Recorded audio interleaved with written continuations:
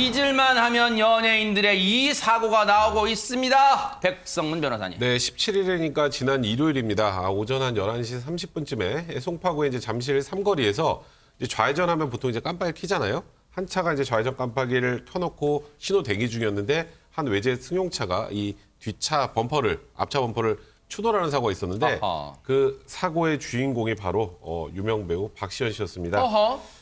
박시현 씨가 운전한 차량이 앞에서 좌회전 신호를 기다리던 피해 차량의 뒷범퍼를 들이받은 건데요.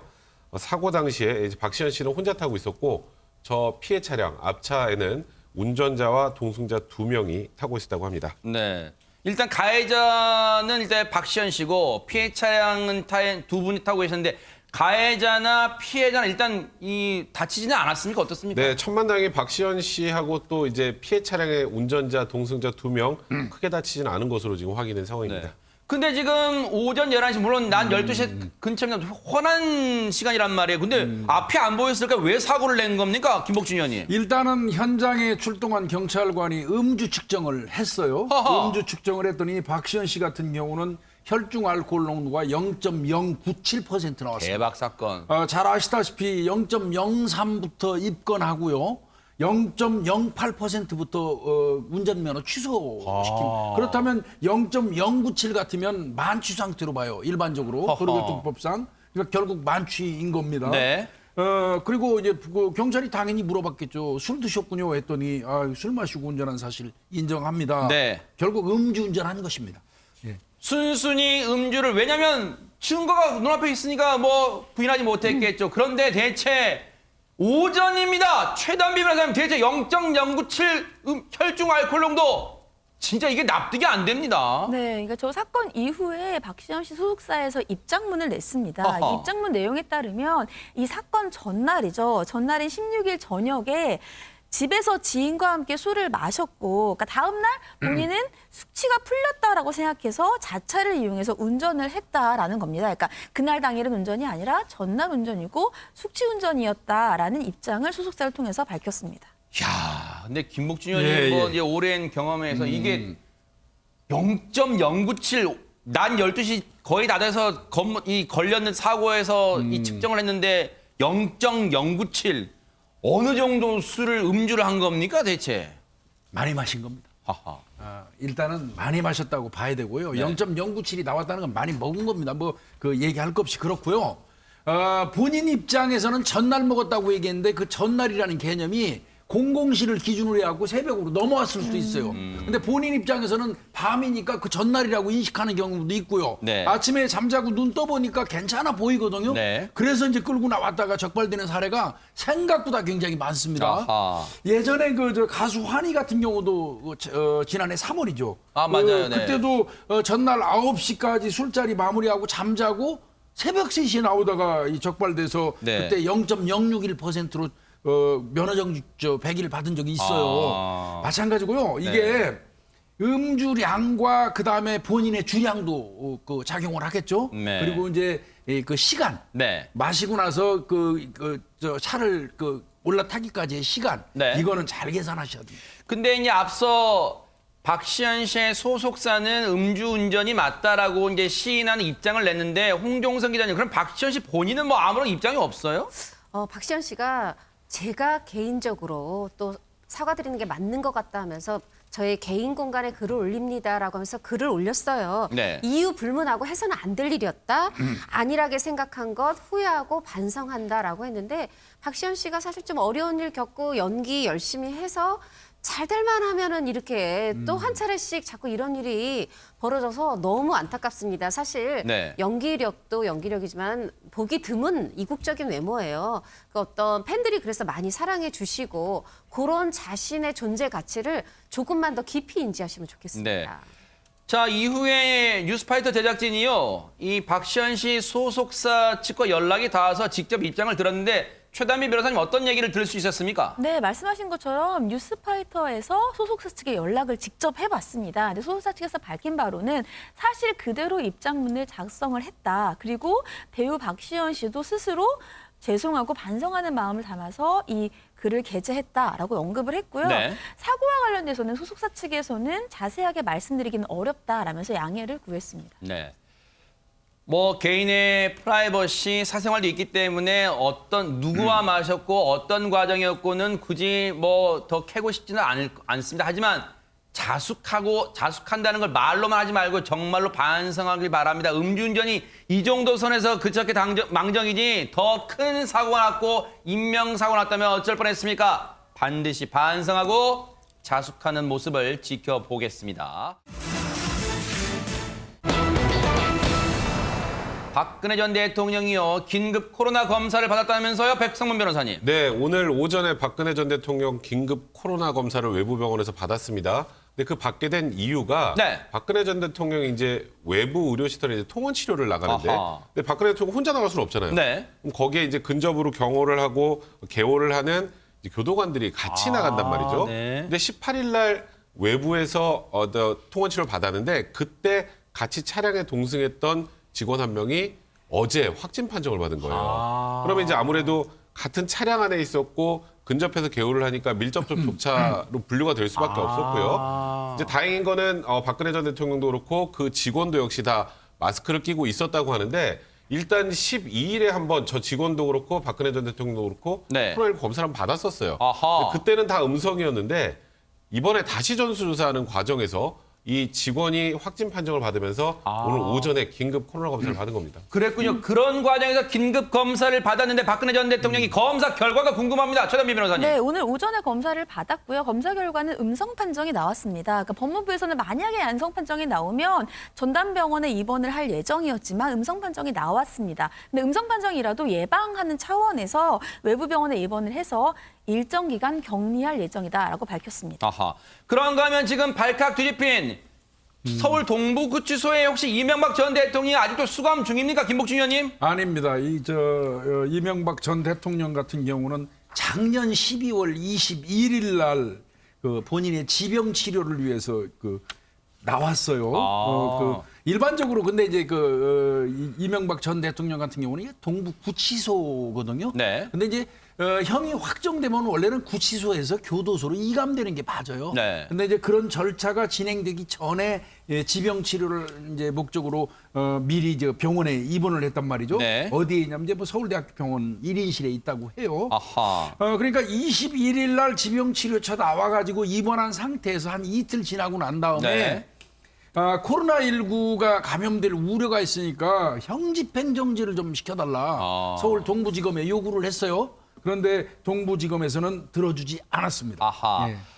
어쨌든 서울대병원에 입원 중이고 오늘로 이제 한 달째가 되는 것 같습니다. 두 전직 대통령의 또 이런 모습 좀 씁쓸하기만 합니다. 국민 입장에서는요. 그런데 지금 코로나 2차 대유행의 주범이라고 할 수 있는 전광훈 목사가 지금 지방을 돌면서 설교를 하고 있다는 얘기가 들려오고 있습니다. 홍종성 기자님. 네, 지금 일일 확진자 수가 400명대로 떨어지긴 했지만 뭐 여기서 수십 명, 100여 명, 이 집단 감염 공포가 채 가시지도 않은 상황인데 말씀하신 것처럼 이 2차 대유행의 주범이었던 전광훈 목사가 꼭 왜 국경일에 이르실까요? 지난해에는 광복절, 8.15 광복절, 요번에 3.1절, 이 독립정신이 깃든 3.1절에 범국민 대회를 하겠다. 근데 전국 이 교회들을 규합해서 한 1,000만 명 조직을 만들겠다 이렇게 선언을 했고 그것의 어떤 그 현실화를 위해서 지금 전국 교회를 돌면서 내가 설교를 하겠다라는 거예요. 그래서 지금 네. 현재 광주 광역시부터 시작해서 전북 전주 네. 또 대전 이렇게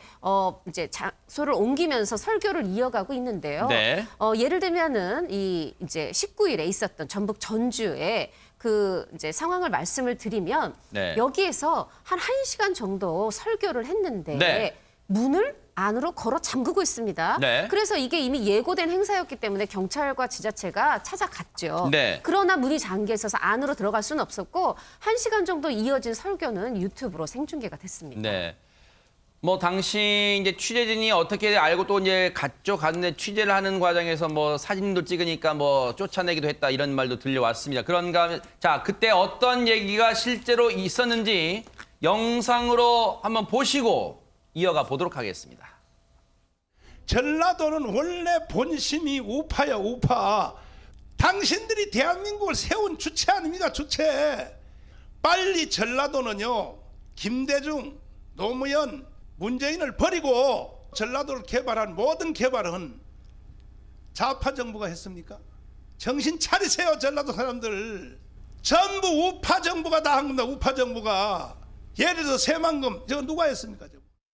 당신들 왜 저 사진을 그렇게 찍고 난리야? 저거 불법이야 저거. 조선해.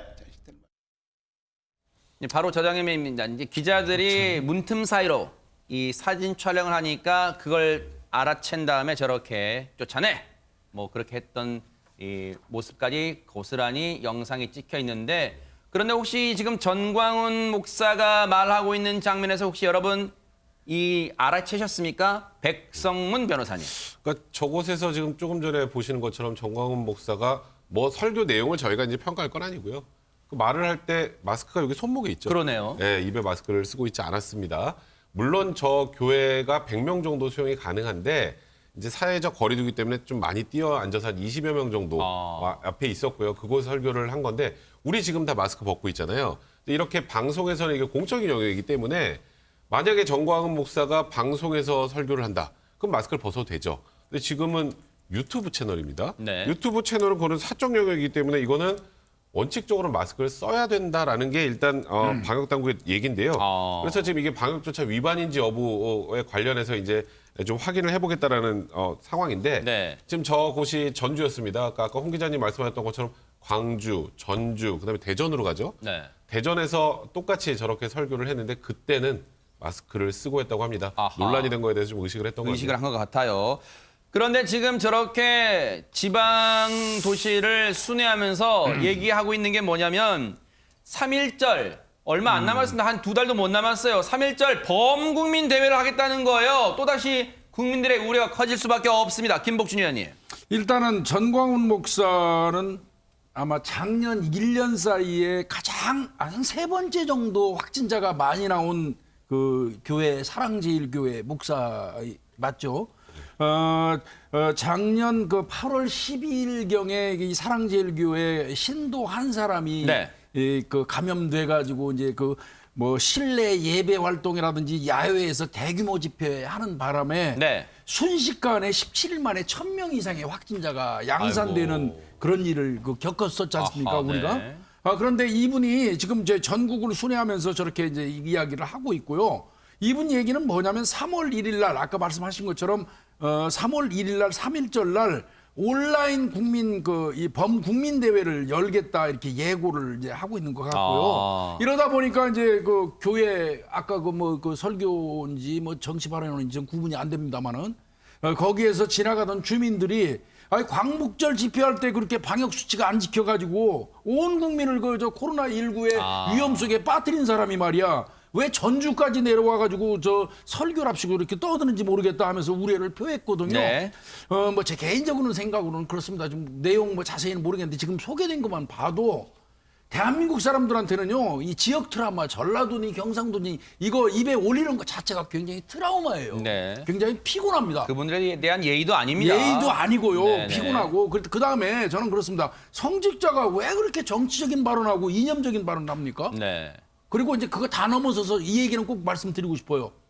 종교가 그저 국민 전체 뭐 이분 전체의 종교를 말하는 건 아닙니다. 국민 전체의 어떤 그 생명에 그 위협을 주는 행위를 하는 게 과연 옳은 것이냐? 네. 근데 이 종교의 어떤 가치로서 그게 충족되는 것이냐? 네. 이거에 대해서는 정말 의문이 많습니다. 네. 일단 전광훈 목사는 이 전국 지방 순회 교회를 순회한 이후에 3.1절 범국민 대회는 온라인으로 치르겠다고 일단 말한 상태입니다. 과연 그 약속이 지킬 또 어떤 형태로 일단 진행이 될지 계속해서 눈부릅뜨고 지켜보도록 하겠습니다. 그런 가운데요.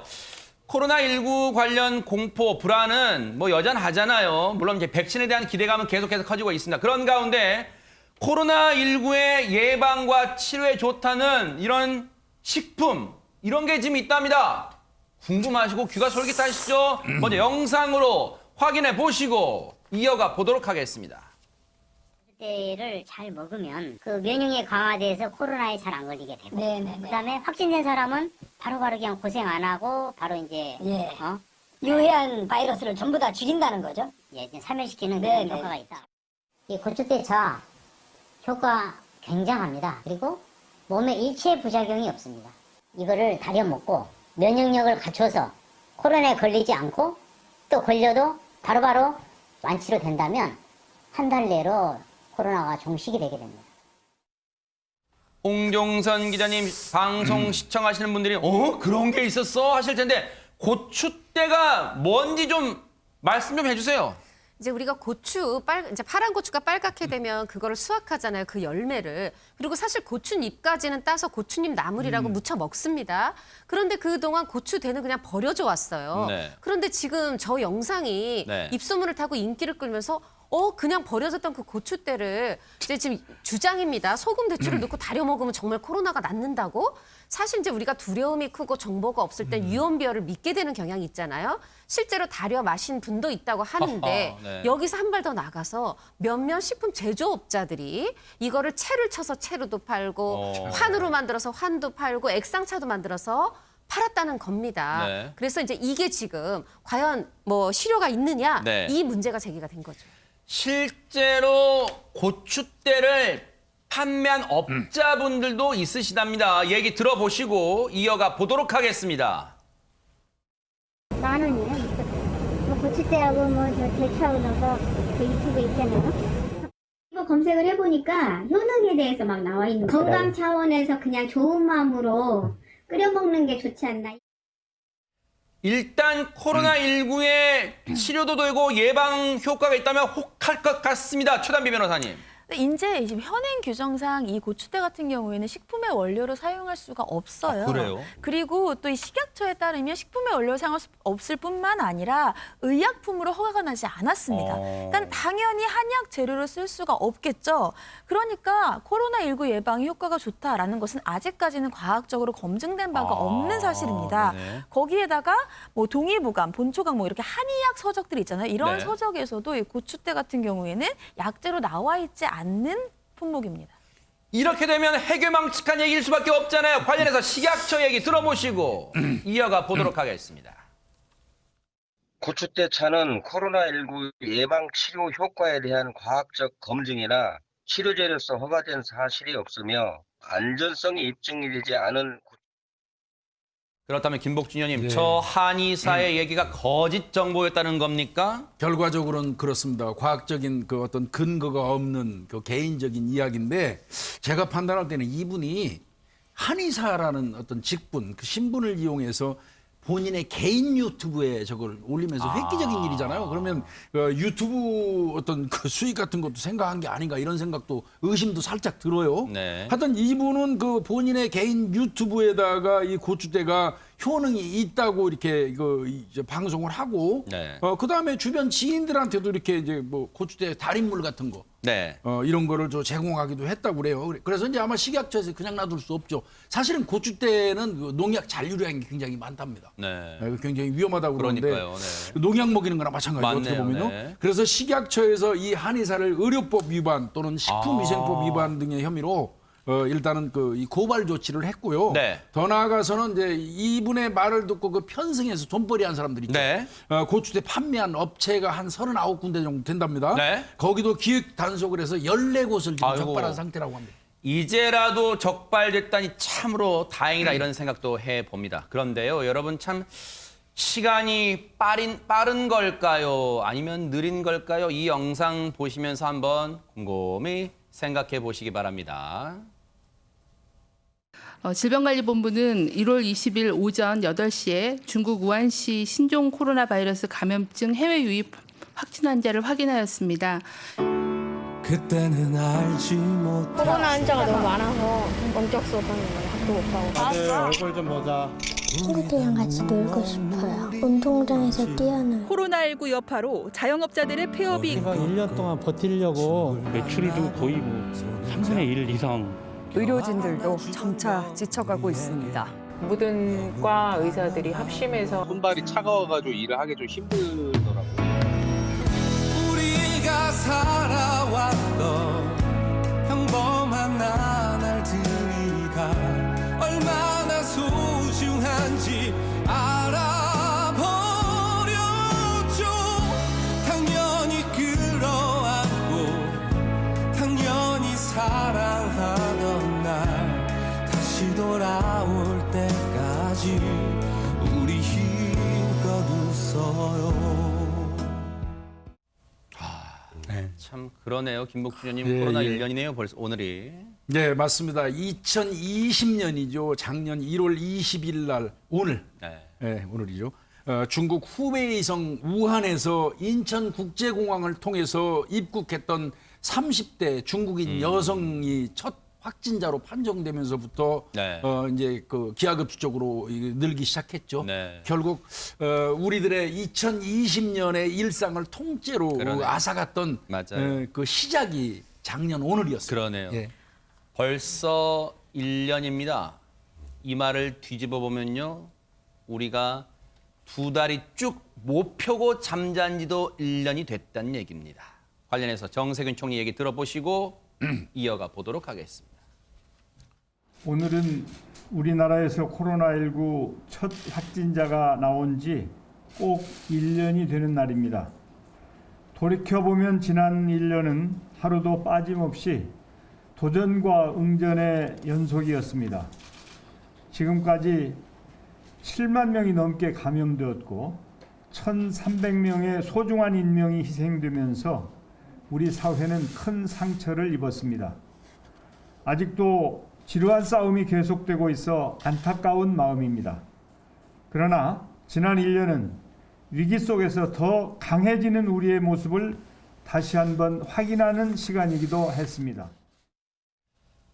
정 총리의 말처럼 참 여러 가지 이 피해도 있었고요. 정말 이 대한민국이 정말로 휘청거렸습니다. 그런 한 해였습니다. 네, 맞습니다. 사실 우리 국민들 1년 동안 정말 힘들었죠. 그리고 지금도 아직 계속 힘든 상황이고요. 현재 진행형이죠, 진짜. 네, 그동안 계속 이제 K방역 얘기가 나왔었는데 객관적인 수치로 좀 확인을 해보면 네. OECD 회원국이 37개국 중에서 일단 10만 명당 확진자 수가 우리나라가 136.45명입니다. 이건 뉴질랜드 39명, 또 호주 112.29명에서 일단 세 번째로 적습니다. 그리고 또 회원국 중에서 10만 명당 사망자 수는 2.31명으로 뉴질랜드에 의해서 두 번째로 적습니다. 정말 뭐 방역 당국 그리고 의료진 그리고 무엇보다도 우리 국민들이 자발적으로 우리나라처럼 처음부터 마스크 잘 썼던 나라는 제가 맞아요. 알기로 없었던 것 같아요. 이런 이유로 여기까지 그래도 힘들지만 잘 끌고 왔는데요. 이제 앞으로 코로나19 정말 박멸까지 조금만 더 국민들 참고 힘내야 맞아요. 될 것 같습니다. 사실 우리가 그동안 지난 1년간 이렇게 덕분에 챌린지를 했던 건 바로 우리 방역 당국의 그리고 의료진들의 노고가 있었기 덕분입니다. 그런데 사실 코로나 블루를 이겨낸 데는요. 우리 국민 모두의 노력도 있었습니다. 최단비 변호사님. 네, 말씀하신 것처럼 사실 의료진들을 위한 덕분에 챌린지 덕분에 의료진들도 많은 힘을 얻으셨을 텐데 코로나 때문에 1년 동안 국민들이 얼마나 우울함, 코로나 블루에 빠졌습니까? 맞아요. 그러니까 집에서 할 수 있는 것들이 얼마 없다 보니까 영상들을 많이 보게 돼요. 근데 그런 영상 중에서 스스로를 격려하고 응원하는 영상이 많습니다. 네. 랜선 연주, 랜선 합장 이런 것들이 있는데 맞아요. 랜선 연주가 뭐냐? 보통 우리가 연주회에서 다 같이 모여서 연주를 하잖아요. 근데 모일 수가 없으니까 그렇죠. 연주자들이 각각의 공간에서 따로따로 떨어져서 집에서 연주를 하는 거예요. 그러면 또 관객들은 각각 현장에서 같이 하지 못하지만 집에서 랜선으로 박수를 치고 호응하고 싶지만 호응을 못하니까 각자의 집에서 마음껏 박수치고 맞아요. 함께 즐기는 이러한 영상들인 거죠. 네. 코로나19로 지친 우리를 달래줬던 랜선 연주회와 랜선 합창 들어보시고 이어가 보도록 하겠습니다.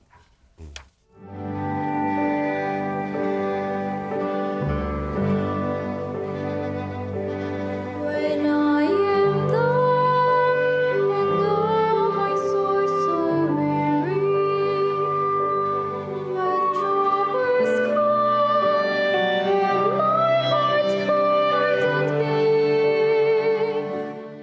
그대여 아픈 걱정하지 마요.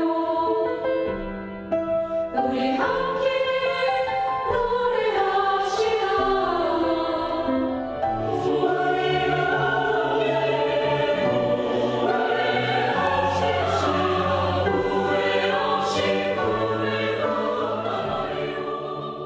합창은 여러 명이 모여서 같이 노래를 해야 완성할 수 있는 건데 모일 수가 없는 상황이었잖아요. 각자 집에서 또는 차에서 학교에서 이렇게 각자의 공간에서 노래를 하고 우리 음향 감독하시는 분께 내서 멋지게 노래를 탄생시킬 수 있었고요. 그 노래를 통해서 위로를 받았다는 게 너무 많은 피드백이 들어와서 굉장히 기뻤고요. 그리고 사실 코로나19 일상이 많이 달라졌죠. 그중에 경제적 어려움을 빼놓을 수가 없는데 많은 분들이 경제적 어려움을 겪었고 근데 그중에는요 연예인분들의 경제적 어려움도 빼놓을 수가 없습니다. 홍종선 기자님. 네, 뭐 자영업자나 이런 분들에 비할까만 하겠습니까마는 연예인들도 사실요 공연 행사 전무였고 영화 촬영장 시계도 멈췄었어요. 네. 그런데 그런 와중에도 또 기부 소식도 이어졌어요. 아하. 예를 들면 우리 이제 자영업자 힘든 분들 위해서 김태희 B 씨 부부라든가 아니면 뭐 서장훈 씨라든가 홍석천 씨 착한 임대인 운동 이제 말하자면은 임대료 낮춰주고 올리지 그렇죠. 않고 이런 부분들도 있었고 네. 방탄소년단은 본인들 주변 가까운 이 공연업계 어려운 분들 보면서 100만 달러 우리나라 돈으로 한 12억 원 네, 이제 기부도 했었고요. 네. 그리고 아이유 씨는 요번에 또 기부해? 한 지난 한 해 한 5억 원 정도, 5억 원 넘게 하지 않았나 싶고요. 트로트 스타들 인기만 얻은 게 아니라 기부에도 앞장섰어요. 네. 그런데 그게 또 트로트 스타가 하니까 그 팬들도 같이 기부했습니다. 네. 선한 영향력이 있었던 한 그러니까요. 해이기도 했습니다. 우리가 꼭 기부하면은 현금 또는 현물 이런 것만 기부가 아닙니다. 바로 자신의 재능을 기부하는 것도 엄연한 기부일 겁니다. 그 영상 보시고 이어가 보도록 하겠습니다. 사랑하는 친구들이여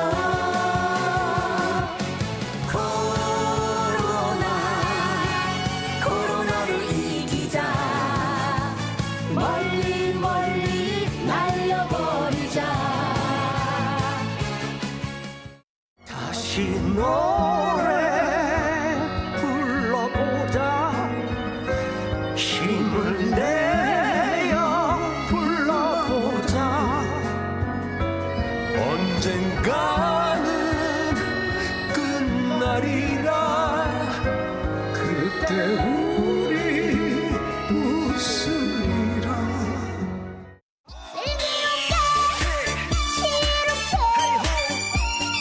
코로나를 물리치자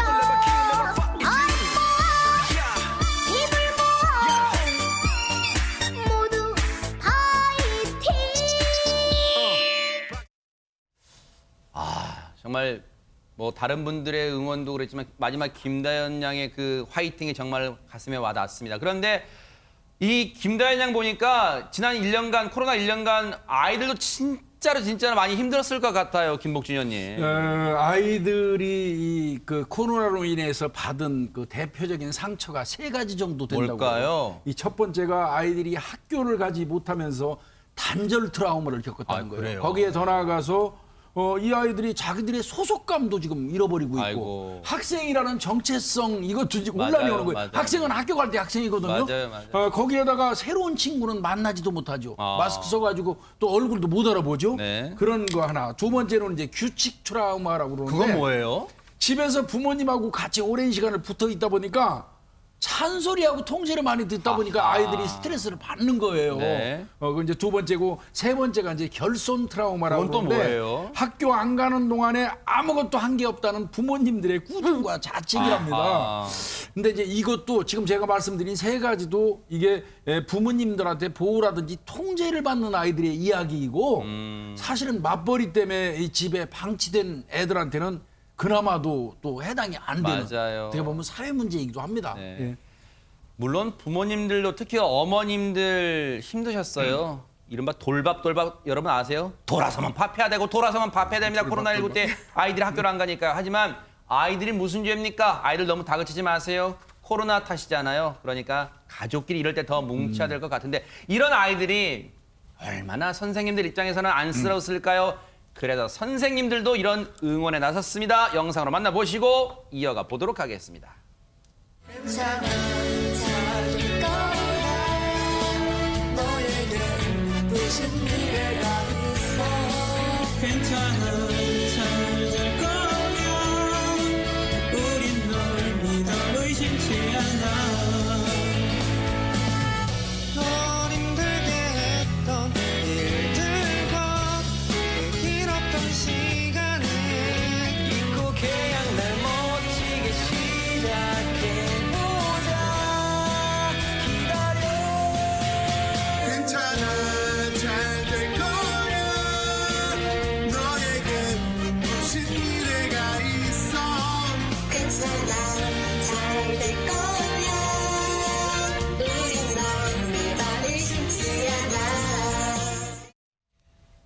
괜찮아, 잘 될 거야. 막연한 희망 고문이 아닙니다. 반드시 그 수많은 난관을 헤쳐왔던 대한민국, 반드시 이 코로나19 이 난관도 극복해낼 수 있을 거라고 믿습니다. 뉴스파이터도 이만한 힘이지만 보태도록 하겠습니다.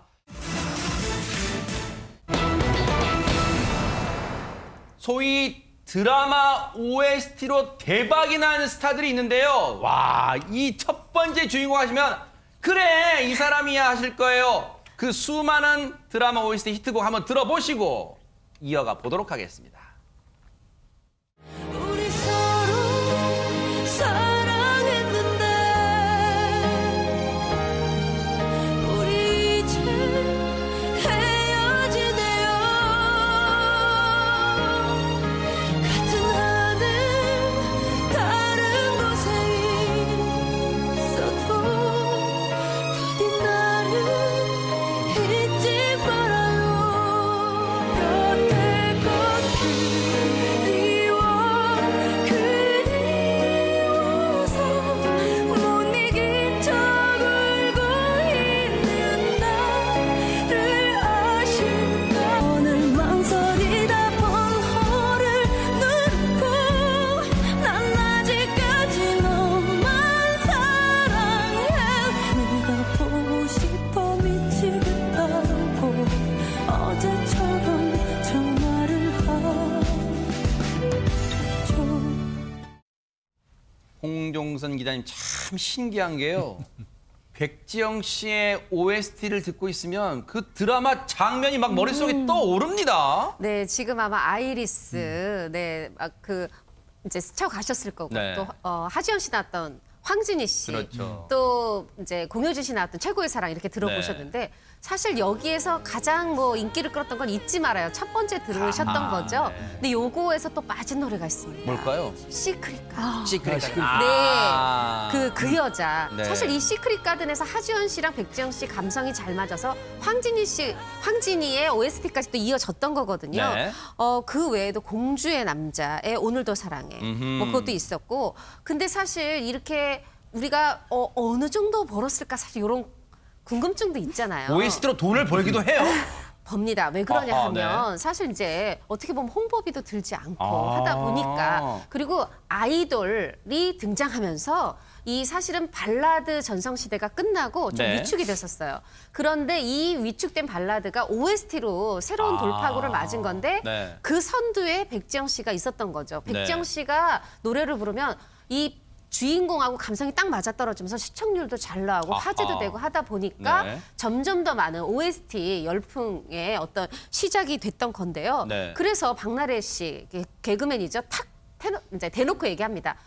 잊지 말아요로 100억 정도 벌었다고 하던데요. 어허, 대박. 했더니 네. 백지영 씨가 부인은 안 합니다. 그런데 그 돈 다 어디 갔어? 이게 다 본인한테 오진 않았다. 아니면 지금 이제 빈손이다. 뭐 이런 얘기일 텐데 네. 사실 이제 그만큼 큰 사랑을 받았던 백지영 씨였습니다. 이거 대단한 능력입니다. OST를 불렀다면 대박나는 정말 그런 능력을 갖고 있습니다. 최단미 변호사님. 네, 그러니까 정말 100억을 벌었다고? 약간 그럴 수가 이렇게 얘기를 했을 텐데 사실은 이제 백지영 씨도 이게 계약마다 다 다르잖아요. 그리고 제작사와의 관계가 있기 때문에 금액이 얼마다 이렇게 밝히기는 좀 어렵다라고 합니다. 그렇지만 얘기를 하기로 앨범 제작보다 OST가 편하다 이런 얘기는 해요. 그래요? 왜냐하면 잠깐 말씀하신 것처럼 앨범 제작하려면은 제작비도 들죠, 홍보비도 들죠, 방송도 해야 되죠, 돈이 많이 들어가는데 드라마는 일주일에 2번 따박따박 그 노래가 나가잖아요. 그러니까는 특별히 홍보비가 들질 않는 거예요. 그리고 그래요? 그냥 이 노래 불러주세요 하면 그 노래만 딱 부르면 되니까 네. 훨씬 더 OST가 편하다라고 얘기를 합니다. 아니 그러면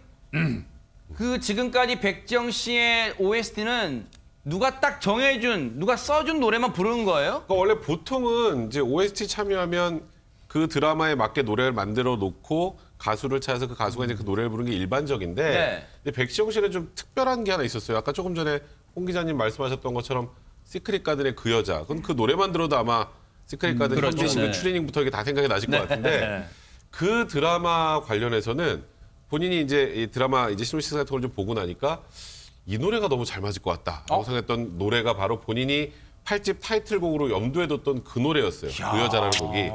그래서 이거는 내 앨범보다는 이 드라마에 들어가면 세상에. 정말 드라마랑 잘 어울리겠다 해서 선뜻 본인의 자식 같은 노래를 내놓고 그 노래가 대박이 났는데 후모는 그래서 8집 제작이 좀 늦어졌다고 합니다. 야, 이게요.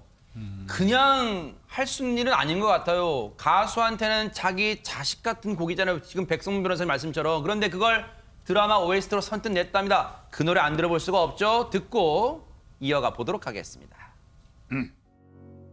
얼마나 더 너를 이렇게 바라만 보며 혼자 이 바람 같은 사랑 이 거지 같은 사랑 계속해야 네가 나를 사랑하겠니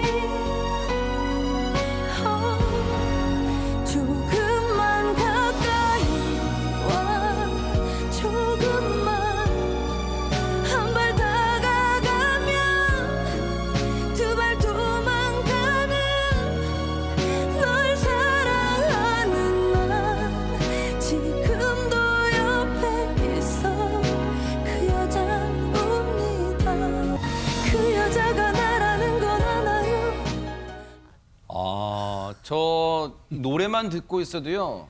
참 이 극중 인물과의 어떤 정서상의 호흡이 딱 맞다. 뭔가 저 노래만 듣고 있어 가슴이 좀 먹먹해집니다. 그렇죠. 이제 어떤 대사로 다 표현되지 않는 그런 주인공들의 감성이 있어요. 두 사람이 가까워질 듯 가까워지지 않을 때 저 백지영 씨 그 여자가 딱 나오면 아 우리가 이제 막 드라마에 몰입이 되면서 조금 있으면 두 사람의 러브라인이 맞아요. 좀 이루어질 것 같은데 막, 기대를 잘 갖게 됐으면 막 그러잖아요. 하잖아요. 막. 네. 애절한 보이스, 풍부한 감성. 그런데 이게 네. 백지영 씨가 그냥 타고난 애절한 보이스, 감성만으로 하는 게 아니더라고요. 어허. 이 노래를 OST를 잘 부르려고 연기 공부를 했대요. 연기를 배웠대요. 야. 그렇게 해서 노래를 했다. 이렇게 해서 다 흥행에 어떤 비결이 있다라는 생각도 들고요. 네. 사실 그 전에는 네. 이 드라마 OST는 신인들이 불렀어요. 아, 그래요? OST가 좀 귀에 있긴 한데 누가 부른지 모르고 우리가 굳이 알려고 하지 않고.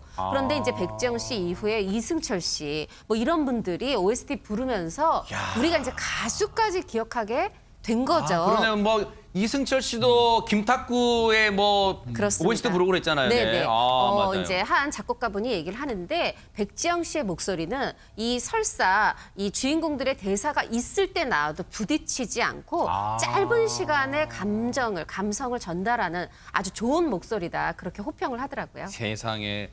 여자 주인공의 어떤 감성, 특히 이제 백지영 씨가 부르게 되면 여자 주인공의 어떤 감성, 호소력을 더 배가시켜줄 수 있지 않을까. 그렇기 때문에 최단비 변호사님 앞서 말씀드렸지만 OST를 백지영 씨가 부른 걸 듣고 있으면 그 여주인공의 정서와 일맥상통하는 것 같기도 해요, 진짜. 그러니까 우리가 지금 백지영 씨 하면은 정말 뭐 발라드의 뭐 최고, OST 하면 백지영 씨 생각하니까 이 발라드만 생각을 하는데 사실 백지영 씨가 댄스 가수였어요. 아, 그러네요, 이제 춤을 보니까. 엄청 잘 추셨어요, 원래는. 아하.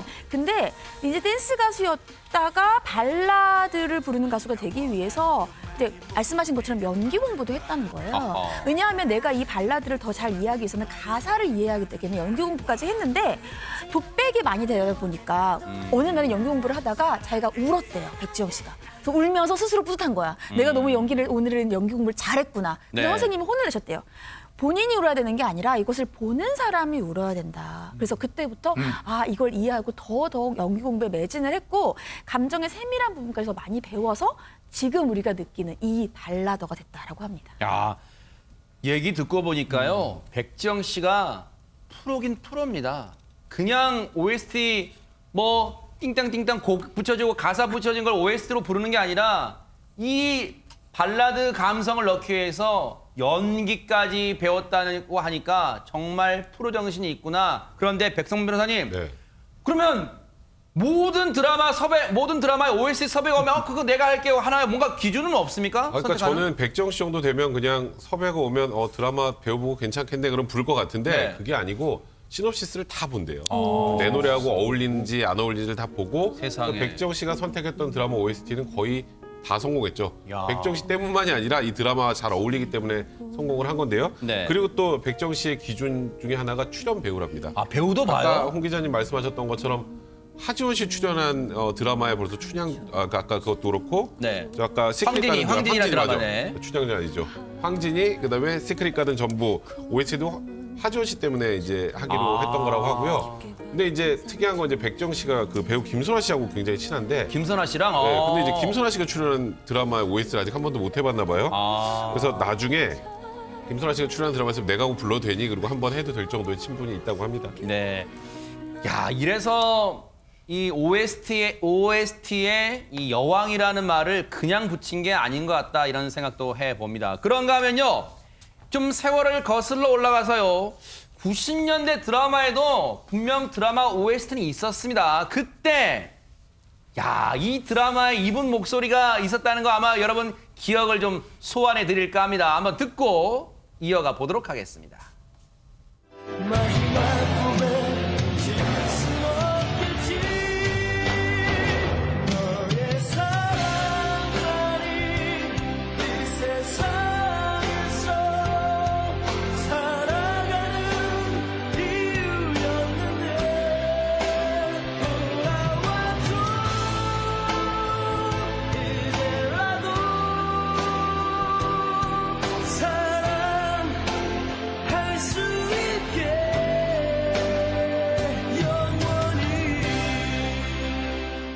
변호사님, 저건 그냥 들으면 안 돼요. 형광 막대기 들고 이렇게 이렇게 극중도 나왔지만 이렇게 좀 이건 들어야 됩니다. 이거는. 아, 저 드라마는 네. 다 아실 거예요. 별은 내 가슴에. 저 네. 때가 최고 시청률이 49%였다고 이야. 합니다. 근데 저 노래가 지금 다 기억해요. 포에버라는 노래인데 사실은 보통 OST라고 하면은 처음 드라마가 시작돼서 계속 들어야 되는 노래인데 저 노래는 그렇지 않았어요.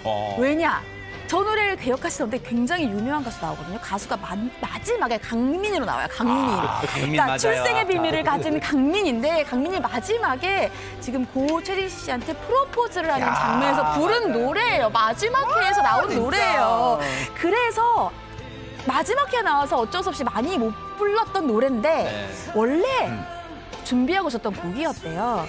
그렇지만 OST와는 별개로 사용을 했고 그 기회를 놓칠 바보는 없었다라고 하면서 저 노래를 불렀다라고 합니다. 근데 여러분 기억나세요? 저 안재욱 씨의 극 중에서 이 심한 애교머리 이렇게 내려오는 거. 그때 많은 남성분이 따라했는데 그건 지금 이런 머리 있잖아요. 안재욱 씨만 소화할 수 있었어요. 남들이 많은 남성들 꼴불견 소리도 막 듣고 그랬단 말이에요. 근데 저런 헤어스타일까지 소화했던 안재욱 씨. 그런데 이 드라마 OST와는 별개로 포레버란 노래가 원래 준비하고 있었던 곡이라는 얘기가 있습니다. 이게 무슨 얘기입니까, 홍정선 기자님? 그러니까 최 변호사님 말씀하신 것처럼 OST는 드라마 중간중간에 반복해서 나오잖아요. 네. 사실은 별은 내 가슴에도 OST가 있었어요. 아하. 예를 들면 이마영 씨의 언제나 너의 곁에서, 김정훈 씨의 상처 이런 노래가 있었는데 네. 이거는 OST가 아니라 지금 말씀하신 것처럼 드라마 마지막에 최진실 씨가 연기했던 연희한테 이 강민이 프로포즈를 하는 그 노래로 극 중에서도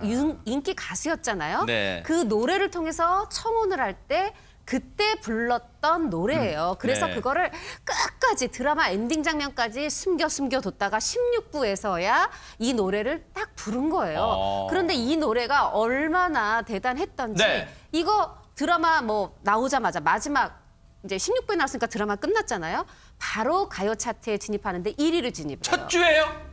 맞습니다. 와, 첫 주에 1위. 와. 네, 그때는 최다가 5주가 마지막이거든요. 그 프로그램이었군요. 네, 아하, 그래서 네. 5주 꽉 채워서 1위를 했고 네. 그런데 이게 국내에서만 끝난 게 아닙니다. 어허. 이 드라마 또 이 당시에 한류 열풍의 주역이 되는데 네. 이게 중국 막 여기에서 홍콩에서 이 드라마가 계속 인기를 타고 가면서 네. 강민에 대한 인기도 야. 또 그래서 이 안재욱 씨가 우리나라에서는 강민 그냥 극중 배우였다면 정말 중국에 가서는 가수로서 공연을 했어요. 그러네요. 그렇게 해서 이 어느 정도 인기였냐면 네. 당시에 그 이제 주로 거기에서는 이제 올림픽 스테디움처럼 이 네. 최저 경기장 무슨 경기장에서 하거든요. 공안들이 다 지키고서 콘서트를 하는데도 많은 분들이 기절을 해서 공안들이 야. 더 이상 노래하지 마. 사람들 대단합니다. 기절하니까 공연을 중지시킬 만큼 역시. 대단한 할리스타였습니다. 네. 안재욱 씨도 추억으로 좀 소환해드렸고요. 드라마 OST 하면 이분을 빼놓을 수가 없습니다. 그 유명한 대사 있죠? 애기야 가자. 네, 바로 그 OST 주인공 얘기 보시고 이어가 보도록 하겠습니다. 너 하나만 아무 말 안 해도 나의 눈만 봐도 내 마음을 알고내잖아. 너를 사랑해도 되겠니?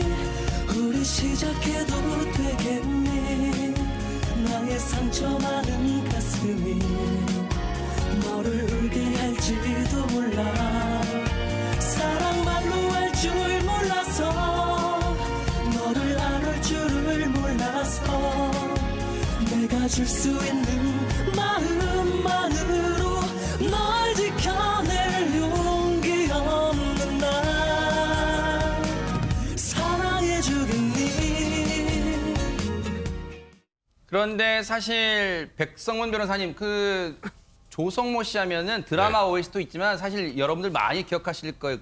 그냥 뮤직비디오 자체도 하나의 영화처럼 선풍적 인기를 끌었던 가수였습니다. 사실 조성모 씨가 처음에 투해분 나올 때는 얼굴 없는 가수였죠. 정말 진짜, 그때부터 시작해서 OST 하나하나가 다 영화여서 네. 그 당시 정말 조성모 씨가 거의 가요계를 거의 휩쓸었던 그랬었죠, 그런 맞아요. 상황이었는데 근데 좀 전에 말씀하셨던 것처럼 그 뒤에 이제 OST에도 조성모 씨 목소리가 워낙 또 달달하잖아요. 네. 그러니까 이제 OST하고 또 탁 붙어서 네. 또 많은 또 인기를 얻었던 겁니다. 정말 잘생기기도 했던 조성모 씨 아마 이 팬덤도 엄청났어요. 그런데 저 때 노래방에서 남자분들 같으면 홍종석 기자님 노래방에서 조성모 씨 노래 안 불러본 사람 없을 거예요, 진짜. 네, 맞습니다. 네. 뭐 안 불러본 사람 없고요. 그리고 우리 그때 벨소리라는 게 있었거든요. 맞아요. 이게 음반 발매되기도 전에 불법 다운받아서 벨소리계를 평정했었고요. 벨소리계를 네, 그렇습니다. 사실 그리고 이게 조성모 씨가 부른다고 미리 알리질 않았는데 사람들이 목소리 딱 듣고 이 꿀성대 요 목소리 해서 일주일 만에 이거 조성모가 불렀네. 다 알려졌고 그만큼